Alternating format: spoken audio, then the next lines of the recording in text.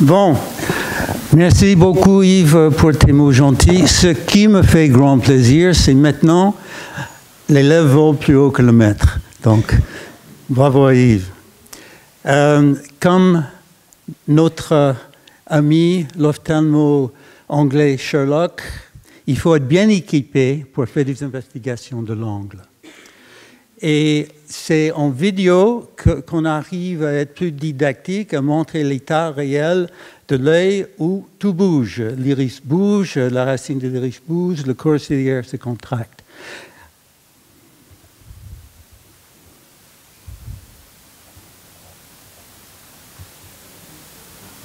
Voilà.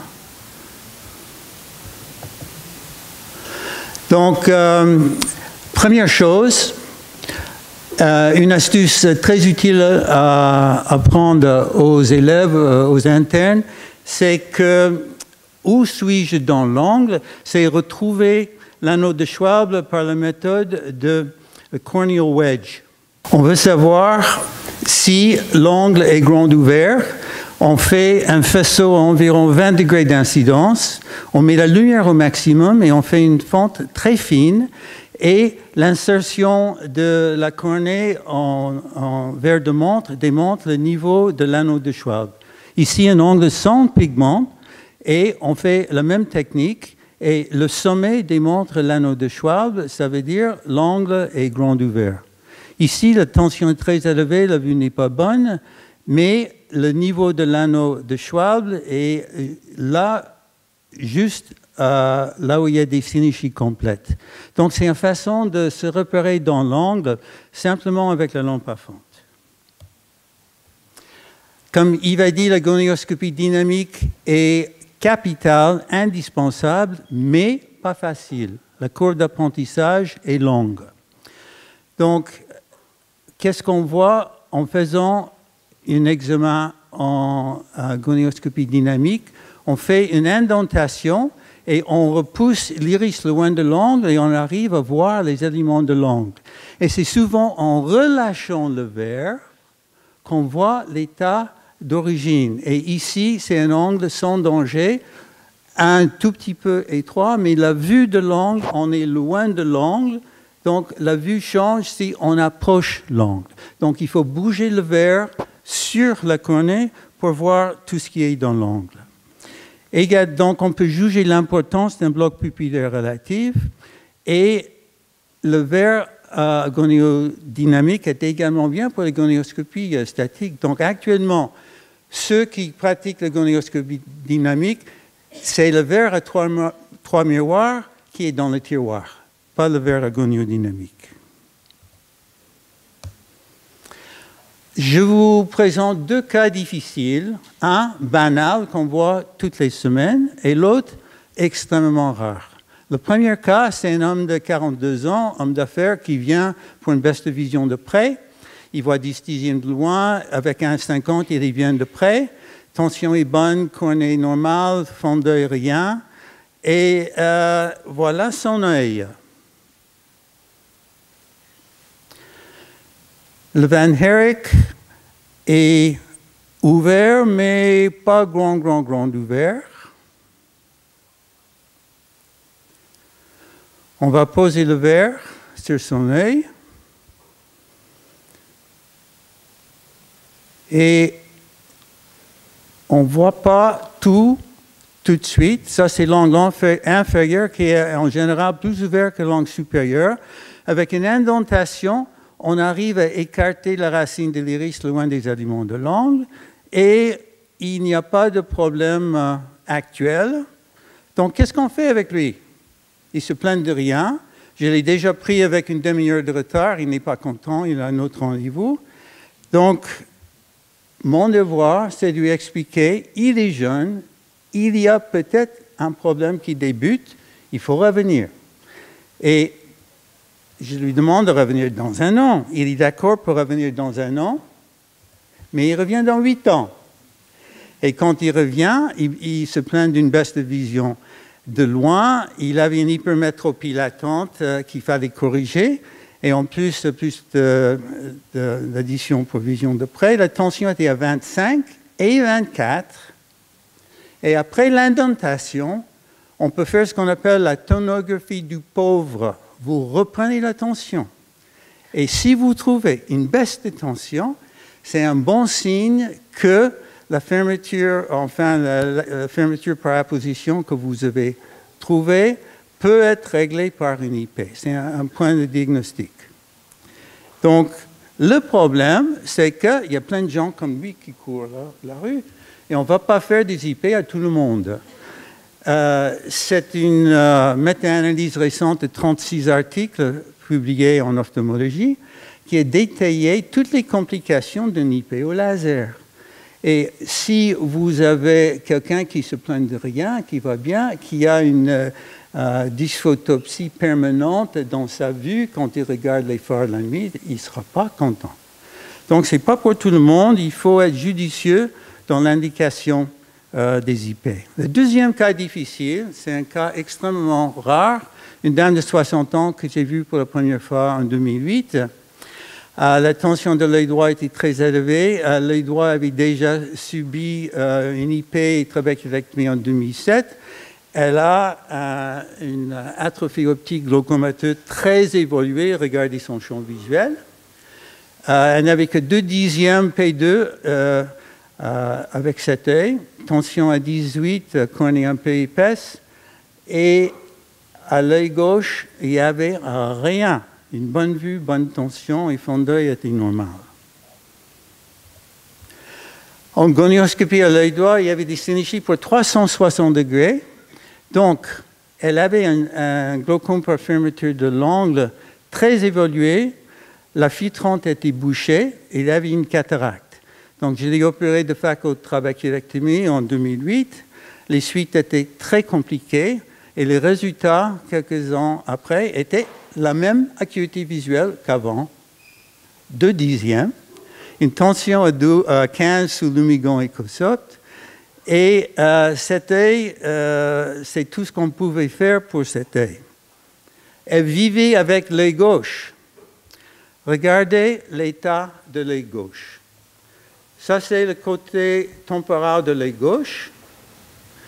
Un angle ouvert, mais un angle très pigmenté. En tout cas, l'angle est très pigmenté, mais suspect. Et l'angle de l'œil droit était complètement fermé par des synéchies. Voilà, en UBM, ça veut dire l'angle nasal était complètement fermé par des synéchies. Donc, dans un œil, côté nasal fermé, côté temporal ouvert. Voilà son UBM en nasal. En tout cas, ce qui se passe, c'est qu'en UBM, quand le pupille se contracte, les synéchies restent, la racine de l'iris reste collée à l'iris et en temporal, l'angle est grand ouvert. Et vous voyez, il y a un bloc pupillaire relatif des deux yeux, mais le point de départ de l'œil gauche, c'était un angle beaucoup plus ouvert et ça n'a pas provoqué une fermeture. Pourquoi? Regardez les corps ciliaires. Ici, le corps ciliaire en nasal. Ici, le corps ciliaire en temporal. Tumeur. Donc, ce qu'on a, c'est un tumeur du corps ciliaire en temporal qui repousse l'iris loin de l'angle. Et le diagnostic, c'est névus présumé parce qu'on n'avait pas de d'histopathologie. Donc, on a suivi en échographie pendant des années. Le tumeur a été jugé stable jusqu'en 2016. Elle a été opérée de la cataracte dans le sud sans biopsie parce que ça n'aurait rien changé. Et aux dernières nouvelles, la patiente est décédée de cause cardiaque en 2017. J'ai appelé son mari cet été pour avoir de ses nouvelles et il m'a dit qu'elle a gardé sa bonne vue jusqu'à la fin sans traitement antiglaucomateux. Donc, c'est la gonioscopie qui a mis le puce à l'oreille. On aura une présentation tout à l'heure par Amina sur tumeur et GFA, mais en ce qui concerne la question névus ou mélanome, il faut savoir qu'un mélanome de corps ciliaire est extrêmement rare. Ça existe, mais c'est très rare. Un névus de corps ciliaire, par sa volume et croissance lente, peut provoquer une fermeture de l'ongle en poussant sur la racine de l'iris. Mais la plupart des glaucomes par fermeture de l'ongle d'origine tumorale sont plutôt en rapport avec des métastases choroïdiennes qui repoussent le diaphragme iridocristallinienne vers l'avant et provoquent une fermeture de l'ongle. Donc, take-home message de ce cas, face à un glaucome très asymétrique, il faut penser tumeur. Voilà, avec une balle de squash dans l'œil, voilà l'œil qui n'a pas eu le trauma, et voilà l'œil traumatisé. On voit la bande ciliaire qui est beaucoup plus large et le trabéculum plus pigmenté. Donc, pour faire le diagnostic de récession de l'ongle, il faut comparer des zones correspondant des deux yeux. Ça, c'est la logique et c'est assez simple à faire. Le glaucome néovasculaire, ce cas démontre plusieurs stades. Il y a d'abord des synéchies déjà établies et ensuite la membrane fibrovasculaire en voie de formation. Et un point clé, c'est de retrouver un vaisseau qui traverse perpendiculairement l'apparence-sclérale allant vers le trabéculum. Ça, c'est anormal. Voilà une autre de ces vaisseaux anormales. Et le stade final, c'est un glaucome par fermeture de l'ongle où tout est collé fermé. Voilà des synéchies punctiformes dans l'angle inférieur. L'angle supérieur, rien. Qu'en pensez-vous? C'est quoi? Encore? Exact. C'était une trabéculoplastie au laser à l'argon ancienne avec des énergies très fortes de l'angle inférieur et ça provoque ce genre de synéchie. Apparemment, ça n'empêche pas que la trabéculoplastie peut marcher, mais on ne fait plus ce genre de choses et je n'ai pas vu une image comme ça depuis très longtemps. Comment est la pigmentation du trabéculum chez cette patiente? Qui disent très pigmentée? Pas forcément. Vous avez raison. Et moi, je dirais encore moins pigmenté qu'on s'y attendait. Et c'est Shea qui a démontré qu'il n'y a pas de corrélation entre la pigmentation de la peau et celle du trabéculum. Voilà son œil. Trabéculum, pas pigmenté du tout.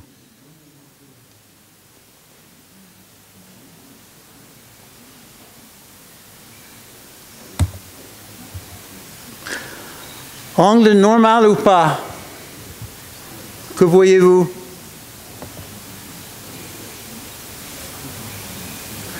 Vous avez un trabéculum uvéal hyper développé, mais c'est normal, c'est une variation de la normale. Et si vous ne posez pas un verre, comme il va dire, chez tout le monde, vous n'allez pas reconnaître toutes les variations de la normale.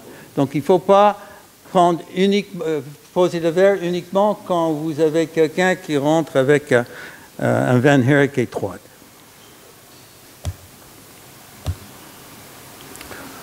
Voilà une curiosité, une jeune femme de 20 ans asiatique avec des reliquats du tissu irien, un défaut de résorption de la chambre antérieure qui ne la gêne pas, la tension est normale, il n'y a pas de glaucome et dans l'angle, il y a la même sorte de choses, c'est une curiosité. Voilà.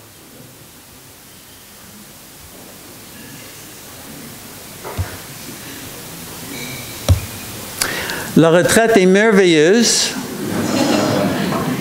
Voilà un planeur de 4 mètres d'envergure, tout en fibre de carbone, qui pèse 1400 grammes avec moteur et accu. Avec 20 secondes de montée, je peux voler des heures avec les oiseaux. Quel bonheur. Je vous remercie beaucoup.